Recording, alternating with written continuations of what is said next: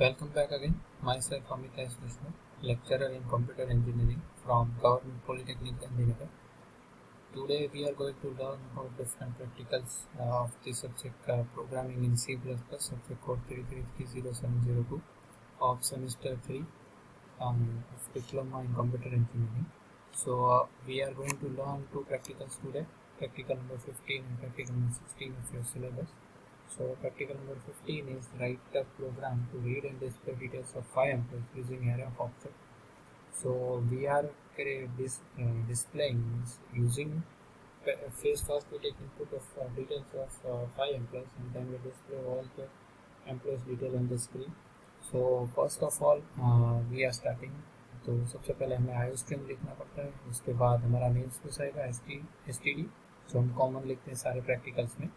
उसके बाद हमने यहाँ पे एम्प्लॉय नाम का एक क्लास बनाया है, उसके अंदर हमारे पास 4 वेरिएबल्स है जिसको हमने प्राइवेट डिफाइन किया है। अगर आप यहाँ पे कुछ नहीं लिखेंगे तो भी वो प्राइवेट के ही कंसिडर्ड होंगे, क्योंकि C++ में बाय डिफ़ॉल्ट अगर कुछ नहीं लिखते तो वो प्राइवेट एक्सेस नोटिफायर के अंदर में आते हैं।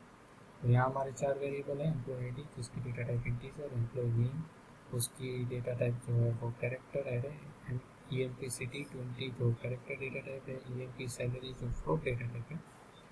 उसके बाद हमारा जो दो फंक्शन है जो गेट डेटा और पुट डेटा है उसको हमने पब्लिकली डिफाइन किया है। तो सिंपल गेट डेटा जैसे कि हम पहले लेते थे इनपुट लेने के लिए और पुट डेटा आउटपुट डिस्प्ले करने के लिए, तो हमने इस मैसेज दे दिया एंटर आईडी ऑफ एम्प्लॉय और एम्प्लॉय आईडी के अंदर स्टोर कर दिया। सिमिलरली नेम के लिए EMP नेम, सिटी के लिए EMP सिटी और सैलरी के लिए EMP सैलरी।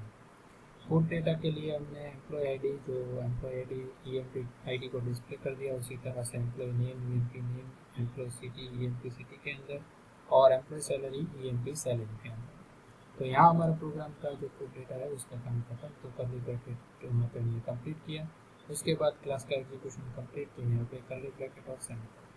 अब हमने लिखा है मेन फंक्शन में इंटीजर मेन, उसके अंदर हमने यहाँ पे 5 एम्प्लॉय की डिटेल अगर हमें डिस्प्ले करनी है तो 5 बार हमें गेट डेटा और पुट डेटा के फंक्शन को कॉल करना पड़ेगा। तो उसके लिए हमें 5 एम्प्लॉय की डिटेल स्टोर करवाने के लिए 5 ऑब्जेक्ट्स को बनाना पड़ेगा। तो हम नॉर्मली यहाँ पे ऐसा कर सकते हैं कि एम्प्लॉय के 5 ऑब्जेक्ट बना सकते हैं, जैसे कि employ space E1, E2, E3, E4, E5।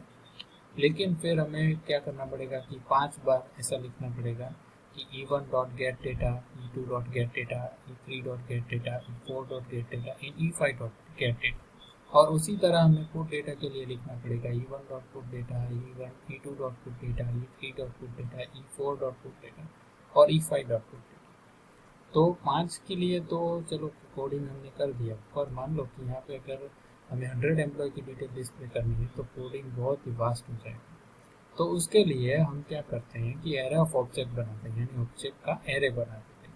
तो हमने उसी कंसेप्ट को यहाँ पे यूज़ किया है कि हमने कर दिया एम्प्लॉय, फिर हमने कर दिया हमारा जो ऑब्जेक्ट है उसको हमने नाम दे दिया और स्क्वायर ब्रैकेट के अंदर हमने फाइल लिख दिया।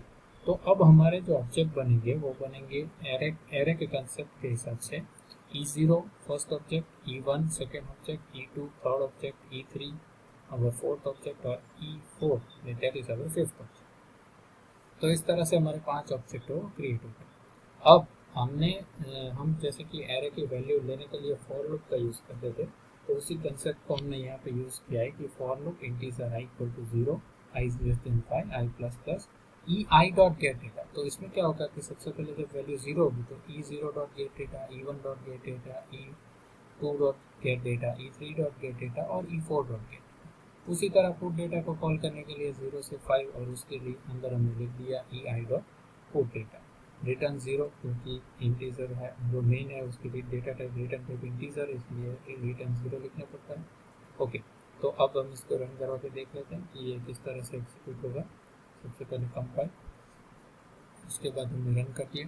उसका आईडी हम डाल देते हैं, फर्स्ट 1 आईडी है, उसका नाम डाल देते हैं जैसे कि राज, उसका सिटी डाल देते हैं सूरत, उसकी सैलरी जैसे कि 20,000 और सेकेंड एम्प्लॉय की डिटेल यानी अब जो गेट डेटा वाला E0 dot get data complete हुआ, अब E1 dot get data start हुआ।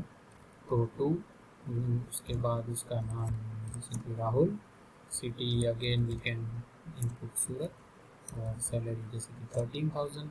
अब थर्ड एम्प्लॉय का यानी थर्ड टाइम हुआ, okay, E to dot get data हुआ। तो उसके बाद हमने डाल दिया जैसे कि नाम विजय, और उसकी सिटी अगेन सूरत, और सैलरी जैसे कि 12,000। आप वैल्यू कोई भी इनपुट डाल सकते हैं। तो फोर्थ आईडी उसका नाम जैसे कि राजीव डाल दिया हमने, सिटी जैसे कि बड़ौदा, और उसकी सैलरी जैसे कि 24,000। फिफ्थ एम्प्लॉय उसकी आई डी 5, उसका नाम जय, और city we can use Baroda, और salary we can use 25,000। Okay, तो अब जो पुट डेटा का जो कोड था वो एग्जीक्यूट हुआ, उसकी वजह से हमने यहाँ पे employee I D, employee name, city और सैलरी, तो ये फर्स्ट टाइम एग्जीक्यूट हुआ होगा फॉर लूप, यहाँ पे सेकेंड टाइम, ये थर्ड टाइम, ये फोर्थ टाइम और ये फिफ्थ टाइम। तो इस तरह से गेट डेटा और पुट डेटा के फंक्शंस कॉल हुए, और हमारे यहाँ जो ऑब्जेक्ट बने वो बने E0, E1, E2, E3 and E4। तो इस तरह से अगर हमें मल्टीपल ऑब्जेक्ट्स बनाने हैं तो हम एरे ऑफ ऑब्जेक्ट का कंसेप्ट को यूज़ कर सकते हैं। Okay, moving on to next practical. तो इस प्रैक्टिकल में हमें ये सीखना है कि write a program to demonstrate the use of static data member and static member function. तो हमें स्टैटिक डेटा मेंबर जो है वो किस तरह से बनाते हैं और उसको किस तरह से यूज़ करते हैं वो देखना है। तो सबसे पहले स्टैटिक क्या होता है? तो स्टैटिक अगर डेटा मेंबर हम कोई भी बनाते हैं तो उसका मतलब ये होता है कि उसकी जो वैल्यू होती है वो वैल्यू अपडेटेड वैल्यू रहती है। तो इसका जनरली मेन यूज़ होता है वेबसाइट के विजिटर्स को काउंट करने के लिए, क्योंकि उसमें लास्ट अपडेटेड वैल्यू को होल्ड करके रखना होता है। तो उसी कंसेप्ट को हम यहाँ पे यूज़ करते हैं। तो जैसे कि हमने यहाँ पे हमारी हेडर फाइल आ गई, उसके बाद नेम स्पेस, उसके बाद हमने यहाँ पे क्लास बनाई जिसका नाम है आइटम। तो उसके बाद हमारे यहाँ पे दो वेरिएबल्स हमने डिफाइन कर दिए, इंटीजर कोड जो सिंपल वेरिएबल है, और उसके बाद हमने स्टैटिक इंटीजर काउंट लिखा। तो जो काउंट वेरिएबल है उसकी डेटा टाइप स्टैटिक होती है। उसके बाद हमने फंक्शन डिफाइन किया गेट डेटा, और दूसरा फंक्शन पुट डेटा। तो गेट डेटा जो फंक्शन है वो एनो यानी जो पैरामीटर है उसको इनपुट ले रहा है और कोड वेरिएबल में स्टोर कर रहा है। काउंट प्लस प्लस हो रहा है, यानी जब गेट डेटा कॉल होगा तो काउंट की वैल्यू +1 होगी, हर टाइम +1 होती जाएगी। और उसके बाद हमने पुट डेटा देखा जो सिर्फ काउंट की वैल्यू को डिस्प्ले करता है। यहाँ पे क्लास का एग्जीक्यूशन कंप्लीट हुआ तो कर्ली ब्रैकेट और सेमीकोलन। उसके बाद integer item, scope resolution operator और काउंट यानी सेमीकोलन। उसके बाद हमारा मेन फंक्शन स्टार्ट हुआ। तो मेन फंक्शन के अंदर हमने जैसे कि लिख दिया आइटम, उसके बाद स्पेस करके A, B, C। तो हमने यहाँ पे आइटम क्लास के 3 ऑब्जेक्ट बना दिए, A, B और C। तो सबसे पहले हमने A dot put data, B dot put data और C डॉट पुट डेटा लिखा। तो पुट डेटा काउंट की वैल्यू को डिस्प्ले कर रहा है, तो बाई डिफॉल्ट हमने कोई भी वैल्यू इनिशियलाइज नहीं की काउंट में, तो वो वैल्यू 0 होगी, यानी 3 टाइम्स हमें स्क्रीन पर 0 प्रिंट होगा क्योंकि पुट डेटा काउंट की वैल्यू को डिस्प्ले कर रहा है। उसके बाद A dot get data call होगा, तो यहाँ पे गेट डेटा कॉल होगा तो फर्स्ट टाइम काउंट की वैल्यू +1 होगी, यानी वैल्यू होगी 1। बी डॉट गेट डेटा करेंगे तो फिर से वो वैल्यू 1 +1 यानी 2 होगी, और उसके बाद सी डॉट गेट डेटा यानी 2 +1 यानी 3 होगी।